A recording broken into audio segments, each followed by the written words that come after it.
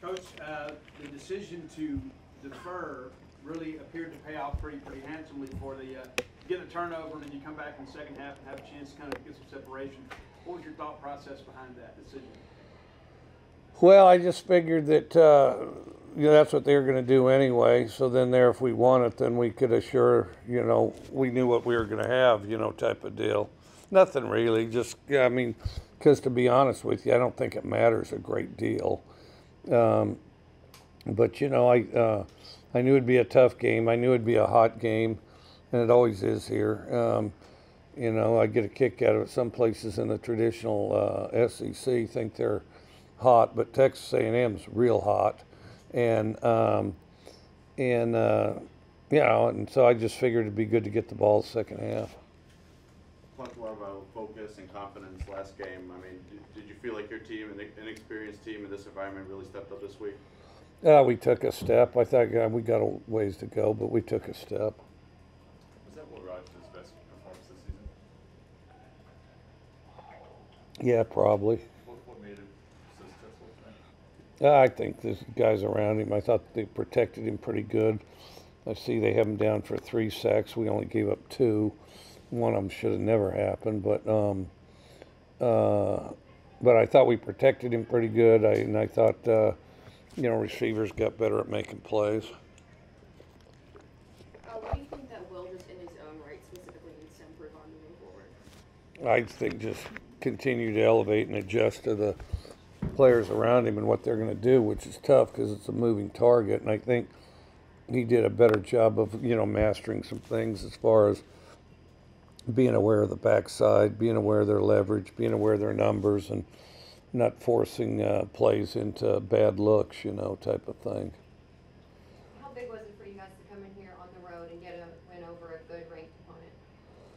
It's good. I mean, it's always good to win in Kyle Field, and I've done it more than most people have. So it's awesome to win in Kyle Field. Kyle Field's one of the greatest.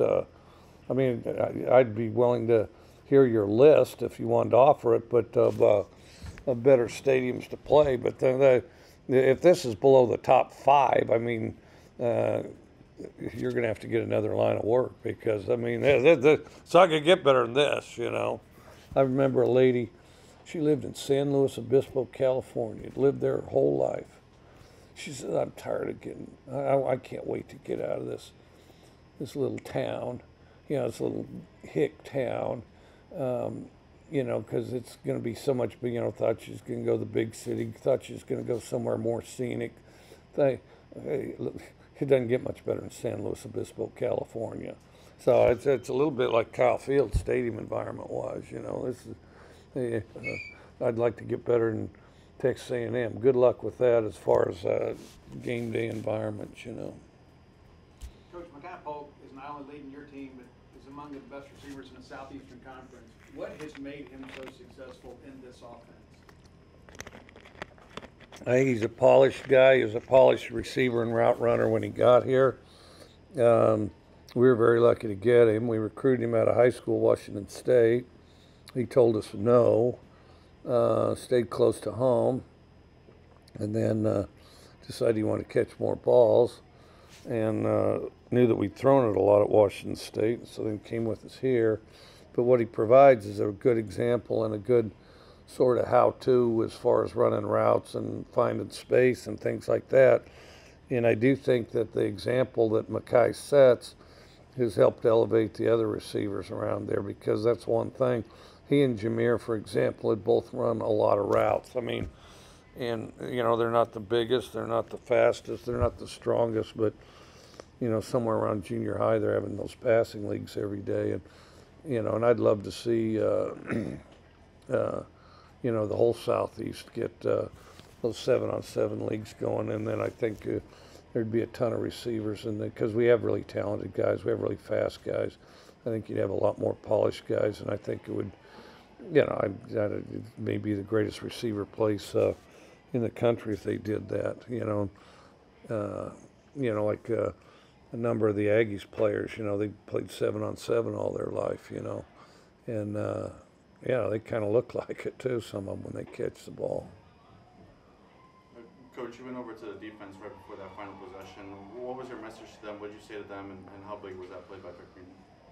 So went to the defense, and what happened then? What was your message to them before that final possession on defense, and then the play by Pickering? How huge was that?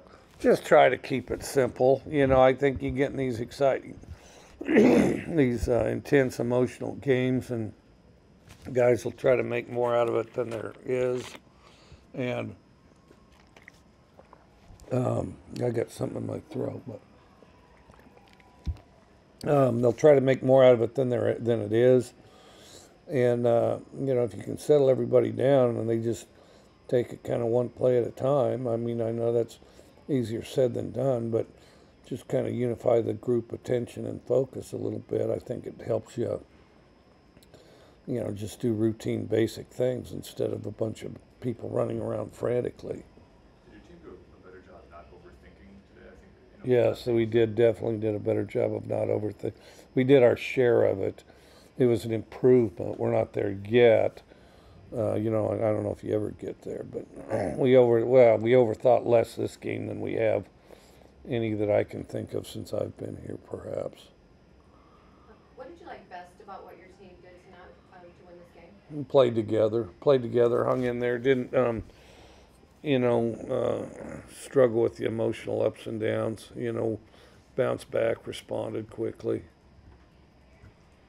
Coach, special teams issues kind of happened again this week, and you won the ball game, but what are your concerns at this point in 3 straight weeks? Is it a matter of depth at this point, or how would you kind of describe the fact that you're having these issues in special teams? I don't, you know, I think we just got to work through it. You know, I'd have to see the film. I mean, a lot of that happened quite quickly. You know, if we can kick the ball through the uprights in practice, we got to be able to do it during a game because same uprights, same everything. I don't know. I just have to see it on film. I mean, there were some penalties, so I don't know what that looked like. You guys see it before I do, and you have a TV set sometimes. I don't know. I thought we should have kicked it in the end zone one time. We didn't. I don't.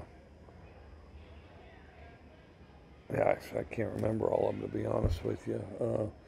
Punted it pretty good once or twice. That one guy punted it a mile. Yeah. Coming into this game, back-to-back losses, I mean, do you think there was a little extra motivation to get a win going into the bye week? Yeah, maybe. I felt like we should have won those last 2 games too, and you know, and to be honest with you, even though I didn't think we played as well as we can, I thought we played well enough to win. We just didn't win, you know. Was the 2-minute drill before halftime, was that about as best as you've seen this offense click 5 plays in the 5 yards? The last part of the sentence said, "Click what?" Was it the best you've seen this offense maybe click this season? It was 5 plays, 75 yards, and a touchdown. I don't know. We'd been doing some of that in the fourth quarter. I guess it was in the second quarter. It was the best. Oh, hey, how you doing? Congratulations. Yeah, see, appreciate it. Yeah. Coming in here and win is a big deal. The last time you was here, you won it on the last play. Yeah, I'm glad you weren't coaching today. Heck, yeah, we gotten 4 of them. They're tricky. Yeah. They make it tricky here. They're loud and enthusiastic. Well, y'all hung in there. Y'all just played well. Well, I appreciate it. Shoot, I figured you were going to be in Wimberley doing some fun stuff. Well, I had to come here. Well, yeah, you did have the double whammy, didn't you? Wow, I appreciate that. Yeah. I'll see you when you. Yeah, I'll see you in a sec. I thought it was the best. I mean, we'd done some stuff like that in the fourth quarter, but we hadn't the second quarter, which is pretty important too. And I do think it was kind of a momentum shift, which was good going into halftime. I was kind of surprised that they ran man-to-man, single high safety on the 2 Polk touchdowns, and it seemed like Will Rogers was obviously pretty well against the man-to-man. Well, we moved it pretty well up and down the field in zone, and then so it was kind of the change-up, and that's kind of what they like to do some in the red zone. Last one right here. you've talked so much just about this being a repetition-based offense. Why do you feel Makai Polk has been able to step in so quick and in his first season make this type of impact? I think just what you said. He's had a lot of reps. I don't, other than maybe Jameer, he's had more reps running routes and catching balls, than anybody else on the team. I mean, it didn't just start when he got here, like in the off season, nothing like that. It started somewhere around 7th, 8th grade, as they have all those passing leagues which go year round, and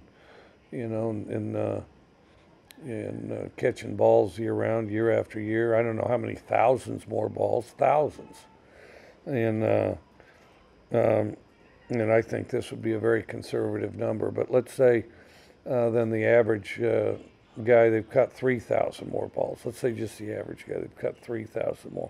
So I think there's a huge value to that. So